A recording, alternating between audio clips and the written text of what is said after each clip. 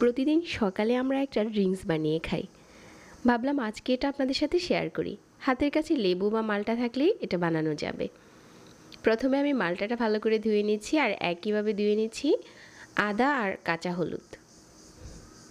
আদা আর কাঁচা হলুদ কিন্তু স্বাস্থ্যের জন্য খুবই উপকারী। এগুলো পরিষ্কার পানি দিয়ে ভালো করে ধুয়ে নিয়েছি। তারপর আরও একটা বাটিতে নিয়ে নিচ্ছি 1 চামচ চিয়া সিডস। তারপর এখানে দিয়ে দিচ্ছি চিমটি পরিমাণ পিঙ্ক সল্ট। এই চিয়া সিডটা আমি এখন পানিতে ভিজিয়ে রাখছি এই 10 মিনিটের মতো।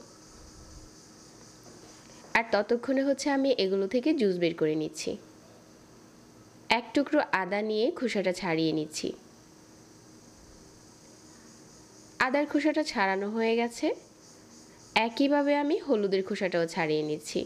কাঁচা হলুদ স্বাস্থ্যের জন্য খুবই উপকারী। এটা মাঝে মাঝে জুস করে খেতে পারেন। আদা আর হলুদের খোসাটা যখন ছাড়ানো হয়ে গেছে, তারপর আমি মাল্টাটা স্লাইস করে নিচ্ছি। এই ড্রিঙ্কসটা বানাতে আপনি কিন্তু চাইলে এখানে লেবুর রসও দিতে পারেন। হাতের কাছে মাল্টা না থাকলে লেবুর রস দিয়ে দিবেন সাথে। মাল্টাটা স্লাইস করে নিয়ে তারপর এখান থেকে আমি জুস নিয়ে নিচ্ছি।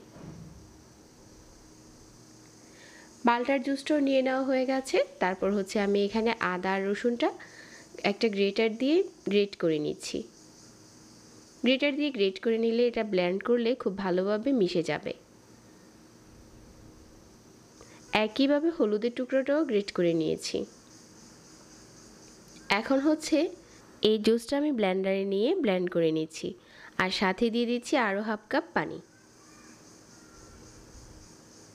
আমার এখানে এই জুসটা বানানো হয়ে গেছে। এখন এটা আমরা ছেঁকে নেব।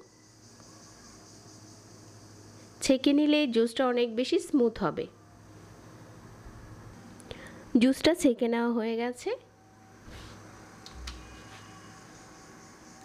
আর এখন পরিবেশন করে নিচ্ছি একটা কাচের গ্লাসে।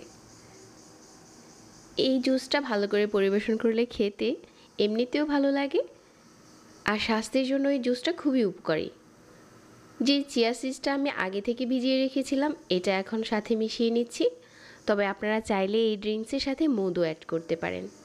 এটা আমি মাঝে মাঝে মধু দিয়ে খাই, আবার চাইলে এভাবেও খাওয়া যায়। এখন সব কিছু একসাথে করে নেড়ে চেড়ে এটা পান করার পালা। সহজ রেসিপিতে শেয়ার করেছি আমাদের এই রেগুলার হেলদি ড্রিঙ্কস।